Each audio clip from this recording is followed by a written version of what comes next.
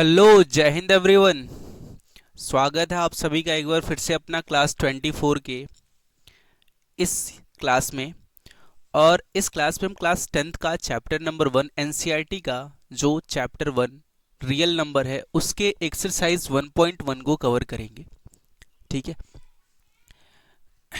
तो इसमें थोड़ी सी बेसिक बातें समझ लो। इसमें पढ़ना क्या है, वही अपना कक्षा पाँचवीं छठी का एलसीएम एचसीएफ है ना, वही पढ़ने हैं। और उससे थोड़ा सा अपर लेवल की थिंकिंग है।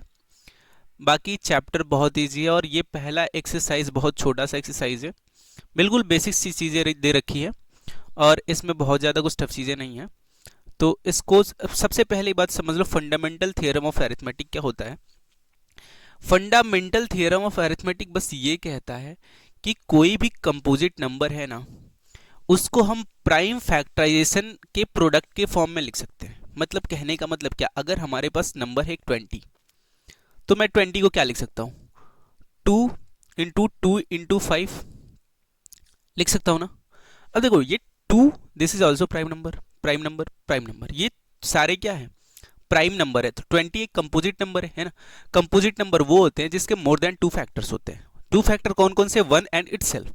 इसके अलावा जो एक्स्ट्रा इसके फैक्टर्स होंगे ना, दैट इज कंपोजिट नंबर। ठीक है, और प्राइम नंबर क्या होता है, जिसका जो केवल 1 से कटे और बाई इटसेल्फ कटे। ठीक है, और उसके अलावा कोई उसका कोई फैक्टर ना हो, दैट इज प्राइम नंबर। ठीक बात।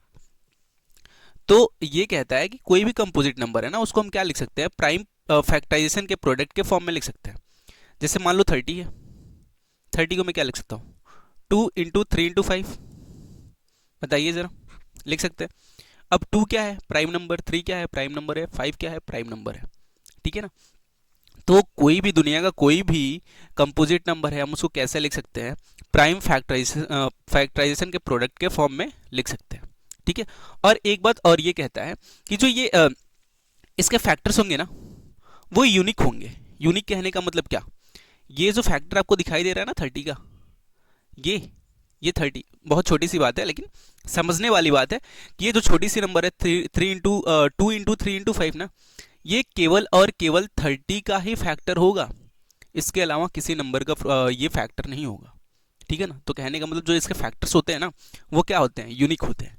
तो प्राइम फैक्टराइजेशन बस यही बोलता है कि कोई भी कंपोजिट नंबर है, उसको हम कैसे लिख सकते हैं, प्रोडक्ट ऑफ प्राइम फैक्टर्स के फॉर्म में लिख सकते हैं। और जो जो फैक्टर होंगे उस नंबर के, कंपोजिट नंबर के, वो क्या होंगे, यूनिक होंगे। ठीक है, तो बस इसमें पहला क्वेश्चन क्या, express each number as product of its prime factors. तो जो भी नंबर दे रखे हैं उसको क्या लिखना है, प्राइम फैक्टर्स के प्रोडक्ट के फॉर्म में लिखना है। तो फैक्टर निकालने का वही मेथड, बचपन वाला। ठीक है, तो पहला क्वेश्चन उठा लो। पहले क्वेश्चन में क्या है, 140 का फैक्टर निकालना है। ठीक है, अब 145 सबसे छोटी नंबर 2 से डिवाइड होगा। 2 से डिवाइड करोगे कितने टाइम में जाएगा, 70 टाइम में। फिर ये 70 सबसे छोटे नंबर किससे डिवाइड होगा, दैट इज 2। 2 को करेंगे 35 टाइम में जाएगा। फिर 35 सबसे छोटे नंबर किससे डिवाइड होगा, दैट इज 5। कितने बार में, 7 टाइम में। और ये आपको डिवाइड कब तक करना है, जब तक आपको 1 ना मिल जाए। ठीक है ना, 7 1 जा 7, आपको मिल गया क्या, 1 मिल गया। तो मैं 140 को क्या लिख सकता हूँ, ये जो नंबर है ना सारे, ये वाले, ठीक है ना, यही इसके फैक्टर है। तो इनको प्रोडक्ट के फॉर्म में लिख लो। ठीक है ना, तो ये हो जाएगा क्या, इसका फैक्टर हो जाएगा 140 का। और ये जो फैक्टर है ना, ये वाले सारे फैक्टर 2 × 2 × 5 × 7, ये यूनिक होते हैं। यूनिक कहने का मतलब केवल इकलौता ये जो फैक्टर होगा ना, 140 का केवल 140 का ही होगा, किसी और नंबर का ये फैक्टर नहीं होगा। ठीक है, एक क्वेश्चन और कर लो, 5005, इसके फैक्टर निकाल लो। सबसे छोटा नंबर 2 से डिवाइड तो होगा नहीं। ठीक है, एक वीडियो में ना मैं आपको डिविजिबिलिटी रूल का पूरा बता दूंगा। ठीक है ना, डिविजिबिलिटी रूल जानना बहुत जरूरी है। तो उसके लिए मैं एक अलग से वीडियो बनाऊंगा और लिंक मैं डिस्क्रिप्शन में डाल दूंगा, आपको मिल जाएगा। ठीक है, तो यहां से देखो, ये सबसे छोटे नंबर 5 से डिवाइड होगा। 5 से 1 0 0 1 टाइम में जाएगा। अब ये नंबर किससे डिवाइड होगा, 5 से तो होगा नहीं। ठीक है, तो इसको 7 3 3 3 1, तो ये 7 से होगा। ठीक है, 7 से होगा 7 वन जा 7, बचा कितना 3, ये हो गया 30, और ये हो जाएगा 7 4 जा 28, बचेगा कितना 2, 21 हो जाएगा, 7 3 जा 21। ठीक है, अब देखिए जरा किससे जाएगा, 13 से जाएगा, 13 वन जा 13, बचा 1 1 टाइम में, और ये 11 बचा तो 11 से जाएगा 1 टाइम में। ठीक है, तो 5005 को मैं क्या लिख सकता हूँ, प्राइम फैक्टराइजेशन। देखो ये जितने भी नंबर है ना सारे कैसे हैं, प्राइम नंबर है। ठीक है, बताइए जरा सारे प्राइम नंबर है कि नहीं है। तो 5005 को हमने लिख लिया प्राइम फैक्टराइजेशन के फॉर्म में लिख लिया, तो ये इसके फैक्टर हो गए। ठीक है ना, बाकी ये आपका होमवर्क है, आंसर बताना, ये आपका होमवर्क है, कमेंट्स में आंसर बताना। ठीक है ना, आ जाओ क्वेश्चन नंबर सेकंड में, find the LCM and HCF of the following pairs of integers and verify that LCM into HCF equals to product of two numbers। अच्छा एक बात और सुन लो, जैसे एक हमारे पास नंबर है, ठीक है, एक नहीं दो नंबर देता हूं मैं, दो नंबर देता हूं आपको, एक देता हूं 15 और एक 24। अब इन दोनों नंबर का हमें एलसीएम निकालना है और इन दोनों नंबर का हमें क्या निकालना है, एचसीएफ निकालना है। ठीक है ना, तो मैं दोनों का अलग अलग फैक्टर निकालता हूं। 15 का फैक्टर निकालूंगा 3 5 जा 5 1 जा, तो 15 को मैं क्या लिख सकता हूं 3 इंटू 5, और 24 का फैक्टर निकालूंगा 2 12 2 6 2 3 3 1, 24 को मैं लिख लिया 2 इंटू 2 इंटू 2 इंटू 3। ठीक है ना, अब देखो हम जब एचसीएफ निकालते हैं ना, तो जो वैल्यू दोनों में कॉमन रहती है उसका मिनिमम पावर उठाते हैं। तो केवल 3 इन दोनों में कॉमन है, तो एचसीएफ इसका क्या हो जाएगा, एचसीएफ इसका हो जाएगा क्या 3 हो जाएगा। ठीक है, और एलसीएम जब भी निकालना होता है तो हम क्या करते हैं, मैक्सिमम पावर उठाते हैं। मैक्सिमम पावर देखो कॉमन क्या है इसमें, 3 है, 3 का, ठीक है ना, तो 3 एक पेयर में आ जाएगा।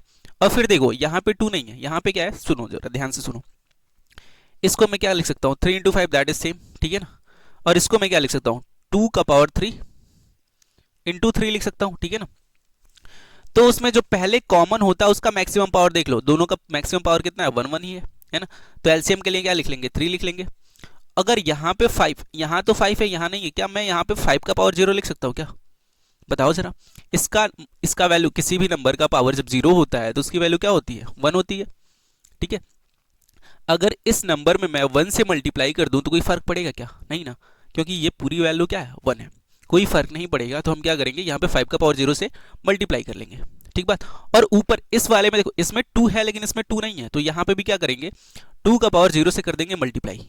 बताइए जरा, क्या कोई फर्क पड़ेगा, नहीं पड़ेगा। वैल्यू जितनी पहले इसकी जो वैल्यू आ रही थी अभी भी सेम इसकी वैल्यू वही होगी। ठीक है ना, और जो वैल्यू इसकी थी बिल्कुल वही वैल्यू इसकी भी होगी, कोई चेंजेस नहीं होगा, चेक करके देख लेना। ठीक है ना, अब देखो हमने बोला एलसीएम के लिए क्या, जो कॉमन होगा उसका मिनिमम पावर लोगे। ठीक है ना, केवल जो कॉमन होगा उसका मिनिमम पावर एचसीएफ के लिए लोगे, और जो एलसीएम होगा ना, कॉमन हो या ना हो मैक्सिमम पावर उठाना। ठीक है ना, अगर कॉमन नहीं होगा तो कॉमन बनाएंगे। देखो यहाँ पे क्या है 3 है, 3 देखो 3 का पावर क्या है मैक्सिमम 1 है। ठीक है ना, तो 3 का पावर 1 ले लिया। अब देखो यहाँ पे देखो 5 यहाँ है, 5 यहाँ है, 5 देखो मिनिमम पावर बोला था हमने, मिनिमम पावर, तो 5 का पावर 0 होगा ना, बताइए जरा। और यहाँ पे 2 है, यहाँ पे 2 है, तो 2 का पावर मिनिमम वाला लोगे, 0 वाला लोगे, 3 वाला मत ले लेना। ठीक है ना, तो 2 का पावर 0, इसकी वैल्यू 1 ही होती है, तो ये टोटल कितना हो जाएगा 3 होगा, और पहले भी हमने 3 ही लिखा था। अब एलसीएम में क्या करते हैं, मैक्सिमम पावर लेते हैं। ठीक है ना, मैक्सिमम पावर देखो 3 का पावर 1 है, तो 3 का पावर 1 ले लिया हमने। अब देखो 2 का पावर यहाँ 0 है, 2 का पावर यहाँ 3 है, तो क्या लोगे 2 का पावर 3 लोगे। ठीक है, और 5 देखो 5 का पावर यहाँ 0 है और यहाँ पे कितना है 5 का पावर 1 है, तो 5 का पावर 1 लोगे। ठीक है ना, ये इसका क्या हो जाएगा एलसीएम हो जाएगा, ये हो जाएगा तुम्हारा 3 और ये हो जाएगा 8 और ये कितना हो जाएगा 5। अब इसका मल्टीप्लाई करोगे तो कितना होगा 8 बजे 40 4 4 12 120 होगा 120। ठीक है, देखो जो हमारा नंबर क्या क्या था 15 और 24 था, 15 और 24 था, इन दोनों का HCF कितना आया था? 3 आया था। और LCM किसका? 15 और 24 का कितना आया था? आ गया 120 आ गया। बताइए जरा। अब इनका एक रिलेशन होता है, रिलेशन ये होता है कि जो LCM ऑफ, अगर इस नंबर को मैं A बोल दूं, देखो जरा, इस नंबर को A बोल दूं, इस नंबर को B बोल दूं, हमने 15 को बोल दिया A और 24 को बोल दिया B, तो इनका LCM रिलेशन क्या होता है? LCM of A comma B multiply by HCF of A comma B equals to A into B। इसका मतलब क्या हुआ? जो हमने LCM मिला दोनों नंबर का और जो HCF मिला, उन दोनों का जब मल्टीप्लाई करेंगे ना, तो जो वैल्यू आएगी पता है किसके बराबर आएगा? इन दोनों के वैल्यू के मल्टीप्लाई के बराबर होगा। बहुत इंपॉर्टेंट बात, A और B का जो HCF LCM होगा, उनको जब मल्टीप्लाई करेंगे ना, तो वो वैल्यू सेम नंबर के मल्टीप्लाई के बराबर आएगा। अब देखो LCM कितना आया था? एक सेकेंड, ऊपर हो जा भाई, नहीं होगा, चलो यहां लिख लेते। अब देखिए जरा, यहां पे मैं लाइन बना देता हूं।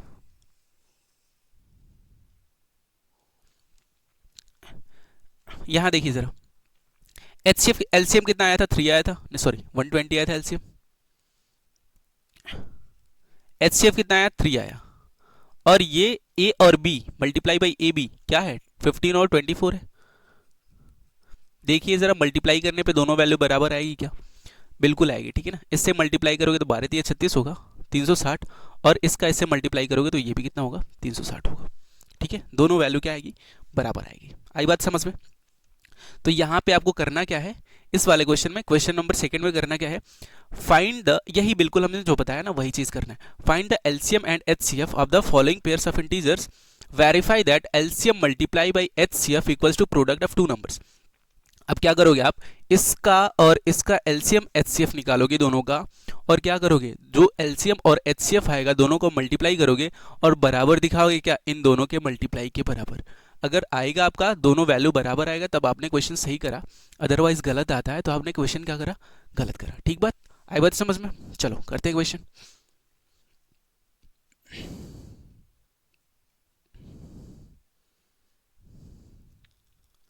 पेज इंसर्ट कर लेने दो।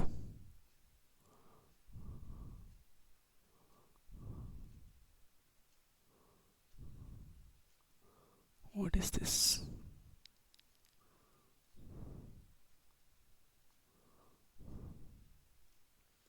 चलिए, क्या नंबर दे रखा है?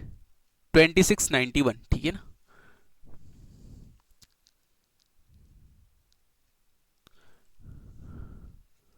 ट्वेंटी सिक्स एंड 91, इनका हमें क्या निकालना है? HCF निकालना है, और क्या निकालना है? LCM निकालना है, ठीक है। तो पहले क्या फैक्टर निकालो इन सबका। 26 का क्या होगा? अच्छा मैं डायरेक्ट निकालूँ क्या? कोई दिक्कत होगी? बताइए सर। कोई दिक्कत नहीं, चलो बेसिक से ही कर लेते हैं। ये 2 से कटेगा 13 टाइम में, फिर ये 13 से काटोगे 1 टाइम में, यानी कि 26 को मैं क्या लिख सकता हूँ? 2 इंटू 13, और 91 7 से करोगे, ठीक है। 7 से करोगे 13 टाइम में, और फिर 13 से करोगे 1 टाइम में, ठीक है। तो 91 को हमने क्या लिख लिया? 7 इंटू 13। अब हमने क्या बोला था? जो जो वैल्यू मिसिंग है ना, बराबर कर लो। देखो यहाँ पे 7 है, लेकिन ऊपर 7 नहीं है, तो मैं क्या करूँगा? ऊपर 7 के पावर 0 से मल्टीप्लाई कर दूंगा, कोई फर्क नहीं पड़ेगा। और यहाँ पे देखो 2 है, यहाँ पे 2 नहीं है, ठीक है ना। तो यहाँ पे क्या करूँगा? 2 के पावर 0 से मैं मल्टीप्लाई करा दूंगा। देखो यहाँ पे भी 2, यहाँ पे भी 2 है ना, और यहाँ पे भी 13, यहाँ पे भी 13, यहाँ पे 7 और यहाँ पे भी 7। अब चीज़ें बराबर हो गई ना, बैलेंस हो गई ना। अब क्या करेंगे? LCM और HCF निकालेंगे। तो हमने बताया था HCF के लिए क्या करोगे? मिनिमम पावर लोगे। तो 2 का मिनिमम पावर कितना है? 2 का मिनिमम पावर 0 है, ठीक है। और 13 का मिनिमम पावर क्या है? 13 का मिनिमम पावर कितना है? 1 है। और 7 का मिनिमम पावर कितना है? That is 0। बताइए जरा। अब इन दोनों को मल्टीप्लाई, इन सबको मल्टीप्लाई करेंगे तो ये तो 1 हो जाएगा, ये भी कितना हो जाएगा? 1 हो जाएगा। और 1 into 13 into 1 that is 13। HCF कितना आ गया? 13 आ गया, ठीक है। LCM के लिए क्या करेंगे? LCM के लिए क्या करेंगे बताइए जरा? मैक्सिमम पावर लेंगे। 2 का मैक्सिमम पावर कितना है? 2 1 है, ठीक है ना। 2 का मैक्सिमम पावर कितना है? 1 है, यहाँ 0 है। देखो इस वाले में 0 है, इस वाले में कितना है 1 है, तो क्या करेंगे यहाँ पे 1 ले लेंगे। अब 13 का maximum power that is also 1, ठीक है, मल्टीप्लाई बाई 7 का मैक्सिमम पावर क्या देखो 1, तो 7 का पावर 1 ले लेंगे, ठीक है। अब कर लो सबका मल्टीप्लाई, सबका मल्टीप्लाई करोगे कितना होगा, 13 7 91, 91 दूनी 182, इतना आएगा, ठीक है। अब वेरीफाई करना है आपको क्या, अगर इन दोनों नंबर को ए और बी बोल दूं मैं, ए और बी बोल दूं तो क्या होगा हमारा HCF of A comma B multiply by LCM of A comma B equals to product of two numbers यानी कि ए इंटू बी, ठीक है। तो HCF कितना आया था 13 आया था, बताइए जरा LCM कितना आ गया, LCM हमारा आ गया 182 इक्वल्स टू कितना होना चाहिए, दोनों नंबर के मल्टीप्लाई के बराबर होना चाहिए 26 इंटू 91। अच्छा ठीक है, एक बात बताऊं मैं आपको, अगर आपको मल्टीप्लाई नहीं करना है ना तो आप सीधा फैक्टर निकाल लो। मैंने क्या बोला, अगर मल्टीप्लाई नहीं करना है ना आप सीधा फैक्टर निकाल लो, दोनों का वैल्यू बराबर आएगा। देखो यहाँ पे 13 का फैक्टर 13 होगा, और 182 देखो 182 का फैक्टर तो यही है ना, बताइए ज़रा यही तो है।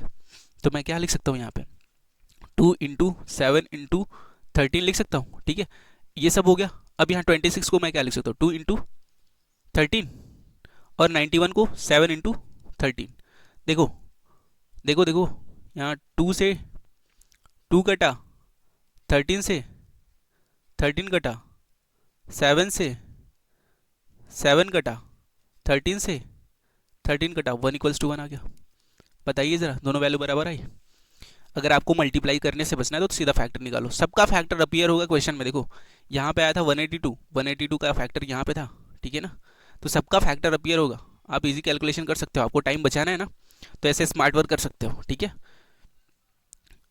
बाकी मैंने इक्वेशन बता दिया, ये सब आपका होमवर्क, ठीक है ना, आपको करना है क्वेश्चन, जी नहीं छुड़ाना, ठीक है। अब यहाँ पे देखो find the LCM HCF of the following integers by applying the prime factorization method. हमें क्या करना है, इन सब का LCM और HCF निकालना है, ठीक है। मैं आपको एक क्वेश्चन बताऊंगा, बाकी दो आपका रहेगा होमवर्क, बिल्कुल सेम प्रोसेस 12 15 और 21। 12 15 21 पहले इन सब के फैक्टर निकालो, 12 का फैक्टर निकालोगे 2 से काटोगे 6 टाइम, फिर 2 से इसको कैंसिल करोगे 3 टाइम, फिर 3 से करोगे दैट इज 1, ठीक है ना, 1 आ गया। अब 12 को मैं क्या लिख सकता हूँ यहाँ पे 2 इंटू 2 इंटू 3। अच्छा अब चाहो तो डायरेक्ट भी निकाल लो, 15 का क्या लिख सकता हूँ 3 इंटू 5, लेकिन हाँ जब भी मल्टीप्लाई करना ना सारे प्राइम नंबर लेना, ठीक है ना। यहाँ पे हम क्या लिख सकते थे 12 को 4 इंटू 3 लिख सकते थे, है ना, लेकिन यहाँ पे क्या है 4 क्या है कंपोजिट नंबर है, तो इसको भी ब्रेक करोगे 2 इंटू 2 इंटू 4 को हमने कर लिया 2 इंटू 2 में और इंटू 3, ठीक है ना, ये चीज़ करना होगा। आई बात समझ में, तो फैक्टर यार डायरेक्ट निकालना सीख लो। 21 का क्या लिख सकते हो 3 इंटू 7, बताओ क्या तोप है क्या, नहीं ना, इजी है ना। चलो यहाँ पे क्या है 2 इंटू 2 दैट इज 2 का स्क्वायर इंटू 3, और यहाँ पे क्या सब कुछ सेम है 3 इंटू 5, यहाँ पे भी सेम है 3 इंटू 7। हमने क्या बोला था जो जो मिसिंग है ना वहाँ पे कर लो मल्टीप्लाई। यहाँ पे एक्स्ट्रा क्या देखो 2 3 5 7, बस 2 3 5 7, इन सब में इन सब का जो फैक्टर हो रहा है ना सबका मिला के बस इन्हीं नंबर में कंप्लीट हो जा रहा है। बताइए जरा इसके अलावा कोई नंबर दिख रहा है क्या आपको, नहीं ना। तो पहले वाले में देखो, पहले वाले में क्या है 2 है 3 है 5 नहीं है 7 नहीं है, तो क्या करोगे 5 का पावर 0 से करा दोगे मल्टीप्लाई और 7 के पावर 0 से करा दोगे मल्टीप्लाई। और नीचे वाले में देख लो 3 है 5 है 3 है 5 है 2 नहीं है 7 नहीं है, तो क्या करोगे 2 के पावर 0 और 7 का पावर 0 से करा दोगे मल्टीप्लाई। इस वाले में 3 है 7 नहीं है, 3 है 7 है 2 नहीं है 5 नहीं है, तो क्या करोगे 2 का पावर 0 मल्टीप्लाई बाई 5 का पावर 0 से करा दोगे मल्टीप्लाई, ठीक है ना। आई बात समझ में, इजी था। बताओ अब देखो एलसीएम के लिए क्या करते हैं एचसीएफ पहले निकाल लो। एचसीएफ के लिए मिनिमम पावर लेते हैं, 2 का मिनिमम पावर देखो कितना है 2 का पावर 2 यहाँ है 2 का पावर 0 यहाँ है 2 का पावर 0, तो मिनिमम पावर कितना है 2 का पावर 0 है, ठीक है। और 3 देख, अब 3 पे आ जाओ, 3 पे 3 का पावर 1, यहाँ पे भी 3 का पावर 1 और यहाँ पे भी 3 का पावर कितना है 1 है, तो यहाँ पे टोटल तीनों में मिला के 3 का पावर मिनिमम कौन सा है 3 का पावर 1 वाला मिनिमम है, ठीक है ना। अब 5 पे आ जाओ, 5 का पावर यहाँ पे 0 है, 5 का पावर 1 है, 5 का पावर 0 है, तो मिनिमम पावर क्या हो जाएगा 5 का पावर 0 हो जाएगा। और 7 पे आ जाओ, 7 पे देखो 7 पे 0, 7 पे 0 और यहाँ पे 7 पे 1, तो मिनिमम पावर क्या 7 का 0। अब इसको करोगे मल्टीप्लाई, ये तो 1 हो जाएगा अपना नंबर का पावर। किसी भी नंबर का पावर जब 0 होता है ना तो उसकी वैल्यू क्या होती है 1 होती है, ये भी क्या हो जाएगा 1 हो जाएगा, ये भी 1 और बचा क्या 3, ठीक है ना। तो एचसीएफ क्या हो जाएगा 3। एलसीएम के लिए बिल्कुल उल्टा, मैक्सिमम पावर लेते हैं तो 2 का पावर मैक्सिमम क्या दिख रहा है 2 का पावर 2 दिख रहा है। अब 3 देखो, 3 का पावर मैक्सिमम कितना है दैट इज 1। और 5 का पावर देखो, यहाँ 5 का पावर 0 है, वो यहाँ पे 5 का पावर 1 है और यहाँ पे भी 5 का पावर 0, तो मैक्सिमम पावर क्या हो जाएगा 5 का पावर 1। और 7 का भी सेम, 7 का power 1 is the maximum power, ठीक है। अब यहाँ पे करा लोगे मल्टीप्लाई, यहाँ पे कितना हो जाएगा ये बताइए जरा, 4 5 20, 20 हो गया, ठीक है। और ये 7 3 का 21, ठीक है। इन दोनों को एक साथ मल्टीप्लाई कर लिया, कैलकुलेशन करने का इजी तरीका, ठीक है ना। इन दोनों को मल्टीप्लाई करके 20 बना लिया और इन दोनों को मल्टीप्लाई करके 21 बना लिया। 21 दूनी 42, लगा दो पीछे 0, हो गया क्या 420, ठीक है। तो एचसीएफ और एलसीएम क्या आ गया 3 और 420, ठीक है इजी, बताइए जरा। अब आ जाओ क्वेश्चन नंबर 3 पे, सॉरी 3 तो हो गया, 4 पे आ जाओ। Given that HCF of 306, 657 is 9, find the LCM, ठीक है ना। एलसीएम हमें नंबर क्या दे रखे हैं 306, 657, 306, 657, ठीक है, ये दो नंबर दे रखे हैं। इन दोनों नंबर का जो एचसीएफ है ना वो कितना है 9 है, तो एलसीएम हमें करना है फाइंड। एलसीएम क्या होगा, हमने अभी बताया था relation, HCF of A comma B multiply by LCM of A comma B, A comma B equals to product of two numbers, मतलब 306 मल्टीप्लाई बाई 657, ठीक है ना, इन दोनों के बराबर आएगा। तो HCF आपको दे रखा है दैट इज 9, ठीक है, और LCM करना है फाइंड, इक्वल्स टू जो वैल्यू है ऐसे ही लिख लो, है क्या तोप, नहीं ना, इजी है ना। अब इसको इधर भेजोगे तो 9, देखो 9 इधर मल्टीप्लाई में है, ये इधर आएगा तो डिवाइड में हो जाएगा। एलसीएम इक्वल्स टू क्या हो जाएगा 306 मल्टीप्लाई 657 अपॉन 9 हो जाएगा, ठीक है। 9 से इसको काटोगे, 9 3 जा 27, बचेगा कितना 3, ये हो जाएगा 36, 9 4 जा 36, ठीक है, बताइए जरा। तो एलसीएम इक्वल्स टू क्या हो जाएगा 34 मल्टीप्लाई बाई 657, कर लो मल्टीप्लाई, आ जाएगा आपका एलसीएम 657 मल्टीप्लाई बाई 34, 7 चौका 28 बचा दूँ, 5 चौका 20 दूँ, 22 बचा दूँ, 6 चौका 24 26, 7 त्रिक 21 बचा दूँ, 5 दिया 15 17 बचा 1, 6 त्रिक 18 19, 8 3 3 2 1 12 3 3 8, एलसीएम आप गया आपका 12338, 12338, ठीक है, 12338, ओके। आई बात समझ में, बताइए जरा। हमने आपको पहला बता दिया था, है ना, आपको ये करना है होमवर्क और ये करना है होमवर्क, ठीक है, ये हमने करा दिया सॉल्व। और ये आ जाओ क्वेश्चन नंबर 5, चेक वेदर 6 का power n can and with the digit 0 for any natural number 1। बहुत बच्चों को क्वेश्चन ही नहीं समझ में आया, चलो हम किस लिए भाई, एक पेज कर लेने दो इंसर्ट, ओके।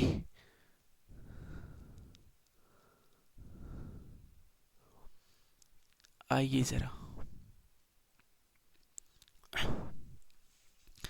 हमें बताना है कि 6 का पावर n है ना, ये क्या 0 से खत्म होगा कब, जब n की वैल्यू कोई भी नेचुरल नंबर लेंगे तब।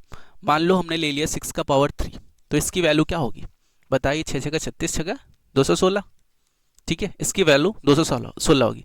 ऐसे 10, अगर 6 का पावर 10 ले लूं, मतलब 6 का मल्टीप्लाई 10 बार कर रहा हूं, तो जो वैल्यू आएगी क्या जीरो से एंड होगा? बताइए जरा, कोई भी ऐसा वैल्यू जो 6 का पावर n है और n belongs to natural number, क्या कभी वो जीरो से खत्म होगा? बताइए, सोच के बताओ जरा। चलो वही चीज करना है हमें सॉल्व। हमें करना क्या है, क्या अगर 6 का पावर में 100 ले लूं, ठीक है ना, तो क्या ये जो वैल्यू आएगी ना, बहुत बड़ी वैल्यू आएगी, क्या वो जो वैल्यू आएगी उसका यूनिट डिजिट क्या जीरो होगा? जीरो से खत्म होने का मतलब क्या? अरे जीरो से खत्म होने का मतलब कुछ ऐसी वैल्यू 6 5 4 3 2 1 0, ऐसे यूनिट डिजिट में क्या बताना है कि जीरो आए, क्या आएगा, ये चीज हमें करना है प्रूफ, ठीक है ना। अच्छा एक बात बताओ, कोई भी नंबर मान लो, जब हमने 20 ले लिया ना, 20, तो 20 का फैक्टर कितना होगा? 2 इंटू 2 इंटू 5 होगा। अब हमने ले लिया 90, हमने ले लिया 90, 90 को क्या लिख सकता हूं मैं, बताओ जरा? 2 इंटू 3 इंटू 3 इंटू 5, ये लिख सकते हैं? 9 दूनी 18 25 90, ठीक है, ये लिख लिया मैं। और एक वैल्यू ले लो 80, ठीक है, इसको मैं क्या लिख सकता हूँ, बताइए जरा? 2 इंटू 2 इंटू 2 इंटू 2 इंटू 5, बताइए, लिख सकता हूँ? अब देखो, अब जो भी है ना, जिसमें लास्ट में जीरो है ना, जो भी नंबर है, इसमें एक खास बात दिख रही है क्या? एक तो 2 है इसका फैक्टर और एक तो 5 है, ये सब चीज कॉमन है। देखो, एक तो 2 है, एक तो 5 है, एक तो 2 है, एक तो 5 है, और बीच में कोई भी वैल्यू डाल दो, कोई भी वैल्यू डाल दो, दुनिया का कोई भी प्राइम नंबर डाल दो, लेकिन जो फाइनल आंसर आएगा ना, जैसे अगर मैं लिख दूं 5 into 2 into 3 into 13 into 7 into 97, जब इसका जब आप प्रोडक्ट करोगे ना, तो बेहिजक बोल देना जिसका यूनिट, इसका यूनिट डिजिट क्या हो जाएगा? जीरो हो जाएगा। कैसे? क्योंकि यहाँ पे जो नंबर है ना 5 और 2, ये मिला के 10 बनाएगा, और किसी भी नंबर का जब 10 से मल्टीप्लाई करोगे तो यूनिट डिजिट क्या होगा? जीरो होगा। इतनी बात समझ में आई क्या? बताइए जरा, इतनी बात समझ में आई? है सिंपल? बताओ। अब यानी कि कहने का मतलब, the number which ends with zero is must that 2 and 5 appears in their factor। हमने क्या बोला कि अगर कोई भी नंबर है जो जीरो से खत्म होगा, जिसका यूनिट डिजिट क्या होगा? जीरो होगा, उसके फैक्टर में 5 और 2 होना ही होना है, अगर नहीं होगा तो जीरो से एंड नहीं होगा, ठीक है ना। तो 6 का पावर n अगर मैं कर रहा हूं क्या, अच्छा बताइए, हमने ले लिया 6 का पावर 3, सोचना जरा, 6 का पावर 3 ले लिया, तो इसका मतलब क्या है? 6 इंटू 6 इंटू 6, यही तो है। इसके अलावा कुछ इसका मतलब बनता है क्या? नहीं ना। तो इसमें 6 को क्या लिख सकता हूँ? 2 इंटू 3, और इस 6 को सेम चीज 2 इंटू 3, और इसको भी क्या? 2 इंटू 3। अब जितने जितने बार अब क्या करोगे, जितनी बार आप 6 मतलब पावर जितना ही बढ़ाओगे ना, पावर जितना ही बढ़ाओगे, मान लो एक बार और हमने 6 लिख लिया, तब क्या हो जाएगा? 6 का पावर 4 हो जाएगा। तो एक बार क्या करना पड़ेगा? फिर आपको 2 इंटू 3 करना पड़ेगा, 6 बढ़ाना पड़ेगा, ठीक है ना। तो जितने पावर बढ़ाते जाओगे, 2 और 3 के अलावा क्या 5 आपको कहीं दिखाई दे रहा है क्या? नहीं ना। जब 5 दिखाई ही नहीं दे रहा है, तो 5 और 2 के साथ मल्टीप्लाई करके जीरो कैसे बनाएगा भाई? बताइए जरा, क्या कभी जीरो बना पाएगा क्या? नहीं बना पाएगा। इसलिए हम क्या कहते हैं, जो हमारा 6 का पावर n होगा ना, 6 का पावर n होगा, इसको मैं क्या लिख सकता हूँ? 6 को मैं लिख सकता हूँ 2 इंटू 3 का पावर क्या? n लिख सकता हूँ। तो मैं बोलूंगा जो ये 3 इंटू 2 है ना, इसमें कहीं पे इन दिस फैक्टर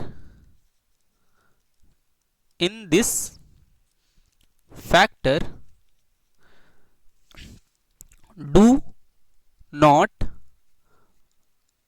अपीयर क्या? 5। सो दिस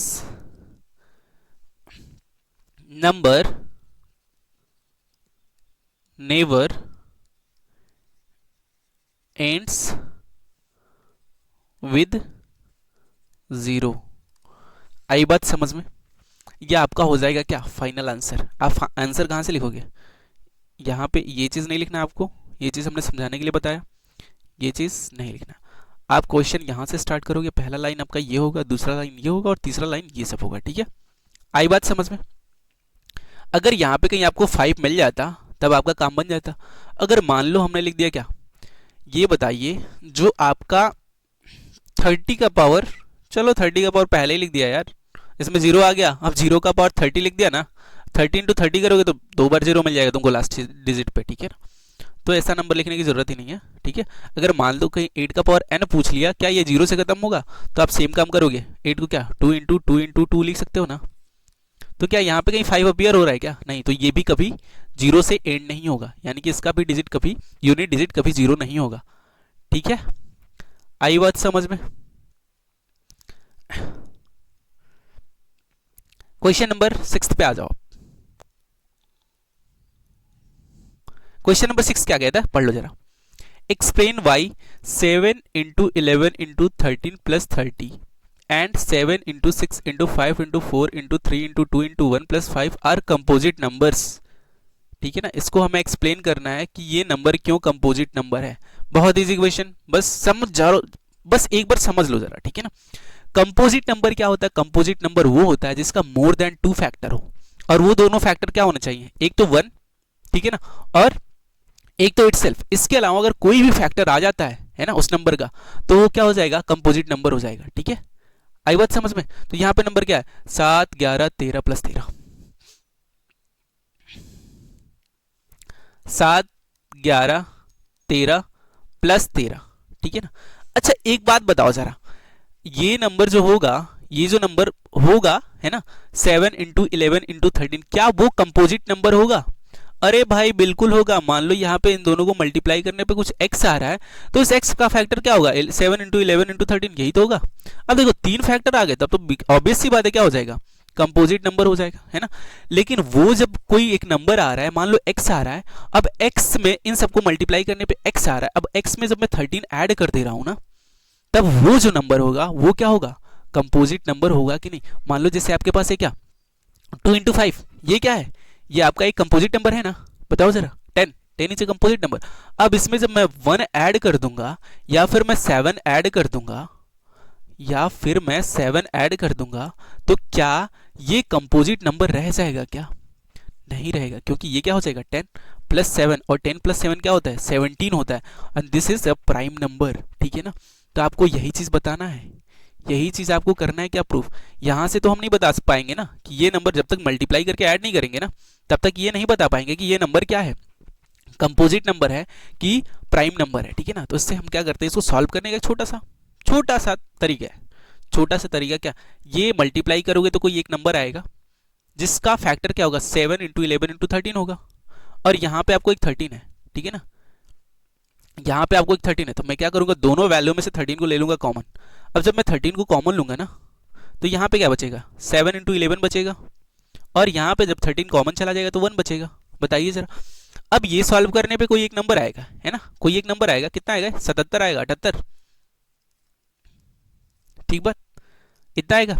अब देखो ये नंबर कुछ भी बने, है ना, इससे मतलब नहीं है, हमें इससे मतलब ही नहीं है, ये नंबर कुछ भी बने हम नहीं करेंगे, इसको सॉल्व नहीं करेंगे, ठीक है। लेकिन ये नंबर पूरी कहानी बता दे रही है। कहानी कैसे बता दे रही है कि ये मल्टीप्लाई करने पे दुनिया का कोई सा भी नंबर आए, लेकिन जब ये इसमें 13 से मल्टीप्लाई करेंगे ना, तो मोर देन 2 फैक्टर तो हो ही गया, 13 भी इसका फैक्टर बन जा रहा है ना। बताओ क्यों, क्योंकि जब इसको 13 से डिवाइड करोगे, 13 से 13 कैंसिल हो जाएगा।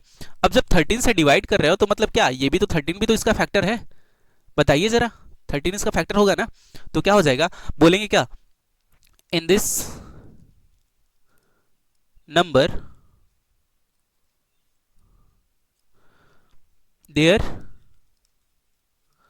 Is a factor as 13। इस नंबर में क्या, एक 13 फैक्टर है, ठीक है ना, 13 एक इस नंबर का क्या है, फैक्टर है। So this is composite number.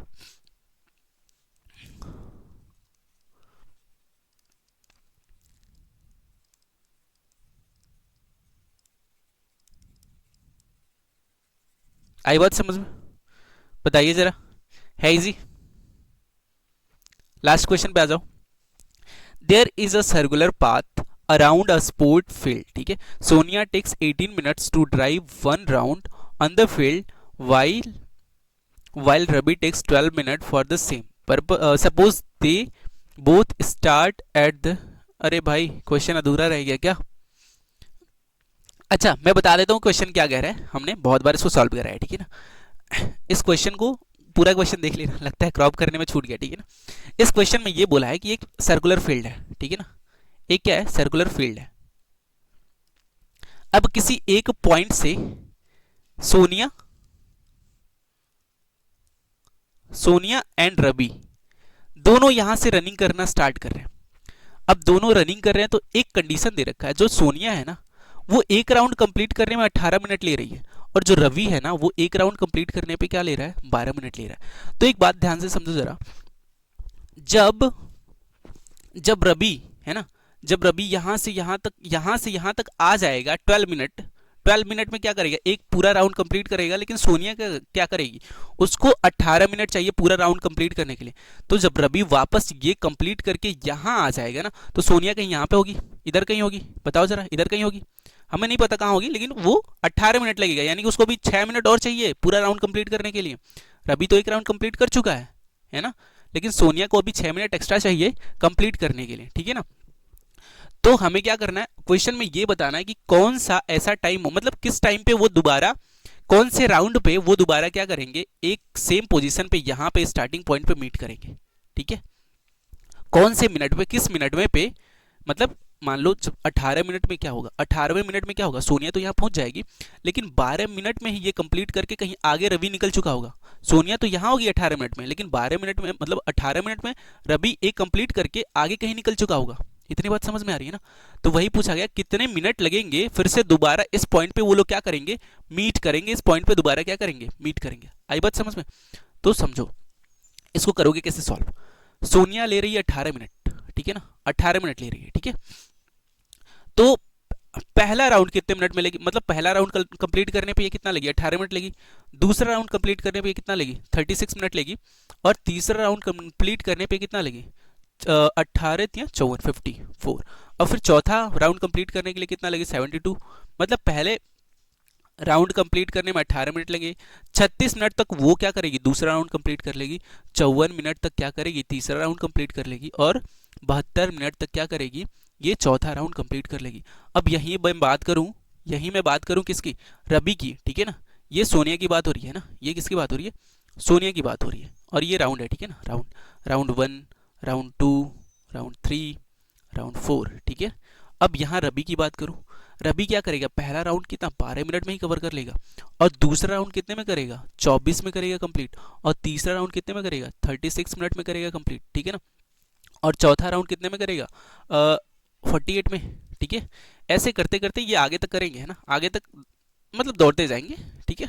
तो फिर कहीं एक बार फिर दोबारा मीट करेंगे। अब देखो क्वेश्चन कहने का सिंपल सा ये मतलब है कि वो कौन से मिनट पे एक साथ मीट करेंगे, ठीक है। देखो ये 30, पहला सबसे पहला कॉमन वैल्यू क्या है, दैट इज 36। अब 36 मिनट में हो क्या रहा है ये समझना जरा। 36 मिनट में बस यही हो रहा है कि जो सोनिया है ना वो 2 राउंड लगा पा रही है। देखो दूसरे राउंड में कितने टाइम लग रहे हैं, दूसरे राउंड में 36 मिनट लग रहे हैं ना। तो सोनिया क्या कर रही है, 36 मिनट में 2 राउंड लगा रही है।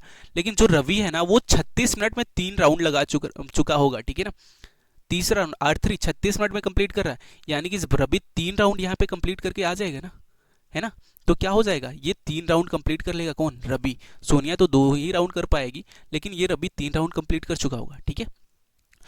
तो हमारा आंसर क्या हो जाएगा, दैट इज 36। मतलब 36वें मिनट पे वो दोनों एक साथ फिर से मीट करेंगे, ठीक है। अब बाकी हो गया समझाने का प्रोसेस। करोगे कैसे, जब भी ऐसा क्वेश्चन आपको पूछेगा तो आप डायरेक्ट क्या करना, एलसीएम निकाल लेना, ठीक है ना, एलसीएम निकाल लेना, ठीक है। अब एलसीएम निकालोगे किसका, दोनों का जो टाइमिंग है 18 और किसका 12 का, ठीक है। इनका क्या करोगे एलसीएम, 2 से काटोगे कितने टाइम में, 6, सॉरी ये 9 होगा, हो जाता है ना। 2 से काटोगे कितने टाइम में जाएगा, 9 टाइम में जाएगा। तो यहाँ पे आएगा आपका 9, यहाँ पे आएगा 6, फिर 2 से काटो, ये तो नहीं कटेगा एज इट इज, ये कितना होगा 3, फिर 3 से करोगे कैंसिल, ठीक है ना। 3 से करोगे कैंसिल, यहाँ पे कितना होगा 3 होगा, यहाँ पे 1, क्या करोगे फिर से 3 कैंसिल करोगे जब तक 1 ना हो जाए, यहाँ पे 1, यहाँ पे 1, ठीक है। तो इन दोनों का एलसीएम क्या हो जाएगा, 2 इंटू 2 इंटू 3 इंटू 3। अब इसको मल्टीप्लाई करोगे कितना आएगा, 36 आएगा, ठीक है ना। 36 हो जाएगा क्या आपका आंसर। और एक बात और, आपको एलसीएम कहाँ निकालना है और एचसीएफ कहाँ निकालना है, ठीक है ना। तो इसके लिए मैं आपको एक छोटा सा तरीका बता देता हूँ समझने का, ठीक है। अब यहाँ पे देखो ध्यान से समझना जरा, जब भी हमें रिक्वायरमेंट आंसर में रिक्वायरमेंट बड़ी वैल्यू की होगी ना, बड़ी वैल्यू की जब भी रिक्वायरमेंट होगी तब क्या करोगे, एलसीएम निकालोगे। जब भी छोटी वैल्यू की रिक्वायरमेंट होगी ना तब क्या निकालोगे, एचसीएफ निकालोगे। अब पता कैसे करेंगे सर कि छोटी वैल्यू की रिक्वायरमेंट कब होगी, बड़ी वैल्यू की रिक्वायरमेंट कब होगी? तो उसके हिसाब से तो एलसीएम एचसीएफ निकालेंगे ना।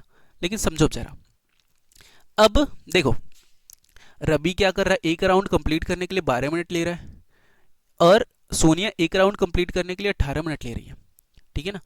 अब जो देखना, ध्यान से समझना, क्या मैं छोटी वैल्यू मतलब दोनों वैल्यू से छोटी वैल्यू होनी चाहिए क्या? कहीं 6, इसका आंसर कहीं से आपको लग रहा है क्या 6 होगा? बताओ जरा, कहीं से होगा? इससे छोटी वैल्यू मान लो 10 ले लेता हूं मैं, क्या आपको कहीं से लगेगा क्या कि इसका वैल्यू क्या होगा, इसका आंसर 10 आएगा क्या? कहीं से आपको फील हो रहा है 10 मिनट में भाई तो रवि अपना कंप्लीट ही नहीं कर पाया होगा, कहीं यहीं पे होगा और सोनिया कहीं यहां होगी 10 मिनट में। तो ये दोनों तो एक राउंड भी कंप्लीट नहीं कर पाएंगे, दोबारा कैसे मीट करेंगे? नहीं करेंगे ना। तो आपको कहीं से भी फील आ रहा है ना कि हाँ कम से कम हमें क्या 1-2 राउंड तो भगाना पड़ेगा इन लोग को। क्या करना पड़ेगा, 1-2 राउंड तो भगाना पड़ेगा ना। अब 1-2 राउंड भगाने के लिए तो वैल्यू तो ऑटोमेटिक बड़ी हो जाएगी। क्यों? क्योंकि एक राउंड कंप्लीट होने में मतलब सोनिया का 18 ही मिनट लग रहा है, तो कहीं 2 राउंड भगाओगे तो कुछ 36 मिनट लगेगा, है ना। तो हमारा जो रिक्वायरमेंट आ रहा है क्या, गिवन दोनों वैल्यू है ना 18 और 12, इनसे रिक्वायरमेंट हमारी क्या आ रही है, बड़ी आ रही है, ठीक है ना, बड़ी आ रही है। तो यहाँ पे क्या निकालोगे आप, एलसीएम निकालोगे। एलसीएम जो होता है ना बड़ी वैल्यू देता है और जो एचसीएफ होता है ना वो छोटी वैल्यू होता है, ठीक है ना। ये हो गया आपका पहला की पॉइंट। और दूसरा की पॉइंट आपका क्या होगा, आपका ये होगा जब भी आपको लीस्ट नंबर बोले ना, रिक्वायरमेंट लीस्ट नंबर, तो एलसीएम निकालोगे। जब भी आपको हाईएस्ट नंबर बोले ना तो क्या निकालोगे, एचसीएफ निकालोगे आप, ठीक है ना। कहीं कहीं पे थोड़ा सा कंट्राडिक्शन हो जाता है, मतलब थोड़ा सा ये हो जाता है कि मतलब बच्चे समझ नहीं पाते ना, तो वहाँ पे कुछ आपका जो सिनारियो होता है वो चेंज हो जाता है ना। ऐसे क्वेश्चन मिलेगा तो मैं आपको बताऊंगा, ठीक है ना। बाकी आपको कोई सा भी डाउट हो तो मेरा डाउट सेशन भी चलता है ना, आप व्हाट्सएप पे करना, आप व्हाट्सएप पे यहाँ पे क्वेश्चन सेंड करना, है ना। लेकिन क्वेश्चन का फोटो सेंड करना, हैंड रिटन क्वेश्चन मत भेजना, ओके। आप क्वेश्चन का फोटो भेजना, आपको मिलेगा पूरा सॉल्यूशन, ओके। आई बात समझ में? तो बस इतना ही यार, हमने कर लिया सॉल्व 1.1, एनसीईआरटी का क्लास 10 का 1.1 कर लिया सॉल्व। अगले वीडियो में आएंगे 1.2। उम्मीद है आपको सब कुछ समझ में आया होगा। और कीप सपोर्ट यार, सब्सक्राइब कर लो, जो लोग नए आएंगे ना यहाँ पे सब्सक्राइब कर लेना। बिना सब्सक्राइब करके अगर चले गए तो यार तुम्हारे मार्क्स अच्छे नहीं आएंगे यार। हमसे पढ़ लो यार, तुम्हारा 100 आउट ऑफ 100। देखो हमने अब जो बच्चे पढ़ाए थे ना, मैं आपको जब एग्जाम का रिजल्ट आएगा ना, बच्चों ने मैथ्स में 100 आउट ऑफ 100 करके आया है, 100 आउट ऑफ 100। 2025 का जो एग्जाम हुआ है ना, बच्चों ने 100 आउट ऑफ 100। मैं एग्जाम रिजल्ट आने के जस्ट बाद में अपना रिव्यू डालूंगा, ठीक है। वहाँ पे आके देख लेना, चेक कर लेना। यहाँ पे जो भी चीज़ें पढ़ाई जाती है ना बिल्कुल ईमानदारी से पढ़ाई जाती है। और वो पढ़ाई जाती है कैसे, एक एक कॉन्सेप्ट, बच्चे का सिंगल सा भी डाउट कहीं ना छूटे, ठीक है ना। पूरी मेहनत जा रही है यार, सपोर्ट करो, ठीक है। आ जाओ, जुड़ो, ठीक है। तो इसी के साथ करते हैं सेशन को समाप्त। जय हिंद एवरीवन, पढ़ते रहो यार।